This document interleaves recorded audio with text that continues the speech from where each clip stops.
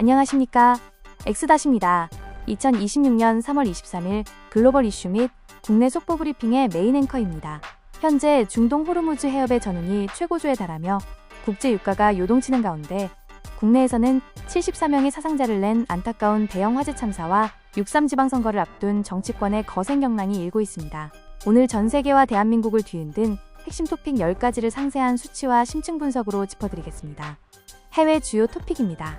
도널드 트럼프 미국 대통령이 이란을 향해 48시간 내 호르무즈 해협 개방을 요구하며 발전소 초토화를 경고했습니다. 이에 대응해 IEA는 4억 배럴의 비축유 방출을 결정했습니다. 한편 수단에서는 병원 공습으로 64명이 희생되었고 쿠바는 미국의 석유 봉쇄로 1100만 명 전 국민이 블랙아웃에 빠졌습니다. 국내 주요 토픽입니다. 대전 자동차 부품 공장에서 발생한 화재로 14명이 사망하는 참사가 발생했습니다. 정부는 중동 위기에 대응해 25조 원의 추경과 150조 원 규모의 AI 펀드를 가동합니다. 정치권에선 국민의힘의 영남권 공천 갈등과 더불어민주당 주도의 검찰 조작 기소 국정조사 통과로 6월 지방선거 전국이 요동치고 있습니다. 첫 번째 해외 소식입니다. 트럼프 미국 대통령이 이란을 향해 48시간 내 호르무즈 해협을 열지 않으면 이란의 핵심 전력망을 초토화하겠다는 최후 통첩을 날렸습니다. 이란 역시 영내 미국 에너지 시설을 타격하겠다며 맞불을 놨는데요. 하루 2천만 배럴의 원유가 막히면서 브렌트유는 장중 120달러까지 폭등했습니다. 특히 양국이 서로의 핵시설 인근을 공습하면서 중동 정세는 통제불능의 전면전 위기로 치닫고 있습니다. 국제에너지기구 IEA가 회원국 만장일치로 사상 최대 규모인 4억 배럴의 전략 비축유 방출을 결정했습니다. 중동 분쟁으로 3월에만 하루 800만 배럴의 원유 공급이 증발할 위기이기 때문인데요. 항공기 운항 취소로 제트유 수요마저 100만 배럴 넘게 급감하는 등 강제적인 수요 위축까지 발생하고 있습니다. 시장의 극단적인 패닉을 막기 위한 최후의 수단이지만 사태가 장기화할 경우 스태그플레이션 우려를 피하기 어려워 보입니다. 아프리카 수단에서 끔찍한 전쟁 범죄가 발생했습니다.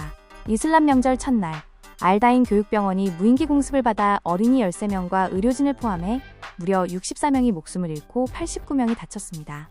응급실과 산부인과가 완전히 무너져 내렸는데요.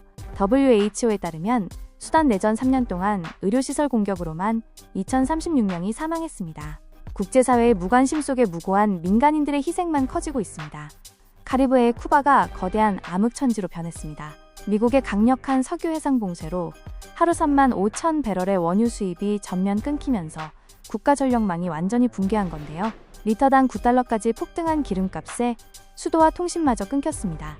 1100만 국민의 생존이 벼랑 끝에 몰리며 분노한 시위대가 공산당 사무실에 불을 지르는 등 쿠바 정권이 냉전 이후 최대의 붕괴 위기를 맞고 있습니다.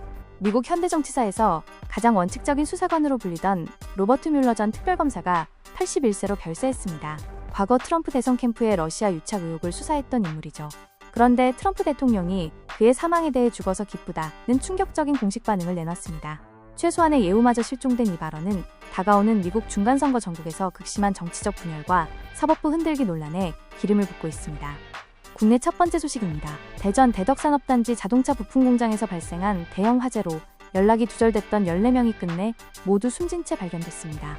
중상자 25명을 포함해 총 74명의 사상자가 발생한 최악의 참사인데요. 도면에 없는 불법 증축 공간인 헬스장에서 점심을 먹고 쉬던 노동자들이 비상벨조차 울리지 않은 채 기름때를 타고 번진 유독가스에 갇혀 안타까운 목숨을 잃은 명백한 인재로 드러나고 있습니다. 중동발 에너지 위기에 대응해 정부가 국채 발행 없이 초과 세수로만 25조 원 규모의 전쟁 비상 추경을 긴급 편성합니다. UAE로부터 이 1,400만 배럴의 원유도 즉각 도입하기로 했습니다. 이와 동시에 대한민국의 미래 먹거리를 위한 150조 원 규모의 K-엔비디아 육성 펀드가 출범합니다. 올해 10조 원을 선제 투입해 국가 AI 컴퓨팅 센터를 짓고 차세대 AI 반도체 생태계를 전폭 지원할 계획입니다. 국민의힘이 6월 지방선거를 앞두고 보수 텃밭인 대구와 포항에서 극심한 공천 내홍을 겪고 있습니다. 대구에서는 유력 후보였던 육선의 주호영 의원과 이진숙 전 위원장을 컷오프시켜 무소속 출마 등 강한 반발을 사고 있습니다. 특히 포항에서는 여론조사 상위 40% 지지율 후보들을 전원 탈락시키고 검찰 수사 피의자 신분인 현역 의원 대리인들을 경선에 통과시켜 시민단체의 사천 비판이 쏟아지고 있습니다. 어제 국회 본회의에서는 더불어민주당 주도로 윤석열 정권 검찰 조작 기소 의혹 국정조사가 174표 찬성으로 통과됐습니다. 대장동과 대북송금 등 7개 사건이 대상으로 5월 8일 지방선거 직전까지 고강도 조사가 이어집니다. 대검찰청은 물론 대법원 등 사법부까지 조사기관에 포함돼 헌법적 논쟁이 거센데요. 내란 특검의 옥중 윤 전 대통령 조사 검토까지 겹치며 정치권은 선거를 앞두고 사활을 건 전면전에 돌입했습니다. 어젯밤 서울 광화문 광장은 방탄소년단의 완전체 컴백 공연을 보기 위한 수십만 인파로 가득 찼습니다. 전쟁과 경제 위기로 지친 전 세계인들에게 RM의 목발 투혼과 웅장한 아리랑 떼창은 깊은 위로를 선사했습니다. 특히 경찰 인력 투입에만 10억 원 이상을 쓰며 국가적 차원의 빈틈없는 안전 시스템을 가동한 결과 단 한 건의 사고도 없는 완벽한 축제로 K컬처의 위상을 드높였습니다. 오늘의 총평입니다. 지금 전 세계는 호르무즈 해협을 둘러싼 전쟁의 공포와 수단, 쿠바의 인도적 시스템 붕괴로 최악의 복합 위기를 겪고 있습니다. 국내 역시 14명이 희생된 대전 화재 참사와 극한의 정치권 공천 내홍으로 진통을 앓고 있습니다. 하지만 우리 정부가 25조 원의 전쟁 추경과 150조 규모의 차세대 AI 펀드로 경제안보의 방파제를 세우고 K문화의 위력으로 세계를 위로하고 있는 만큼 위기를 기회로 바꾸는 냉철한 전략적 연대가 그 어느 때보다 필요한 시점입니다. 마지막으로 비즈니스 인사이트입니다. 호르무즈 사태로 유가가 요동치면서 당분간 정유와 해운 섹터의 강세가 뚜렷할 전망입니다. 반면 정부가 150조 원을 투입하는 K-엔비디아 프로젝트가 본격화됨에 따라 국산 AI 반도체 팹리스 기업과 데이터 센터 인프라 테마가 강력한 주도주로 나설 것입니다. 또한 대전 화재 참사를 계기로 노후 공장의 스마트 방제 설비 관련 기업들에도 시장에 관심이 집중될 것으로 보입니다. 혼돈의 글로벌 정세 속에서도 대한민국은 내일을 준비하고 있습니다. 정확한 팩트와 심층 분석으로 내일의 뉴스를 가장 먼저 짚어드리겠습니다.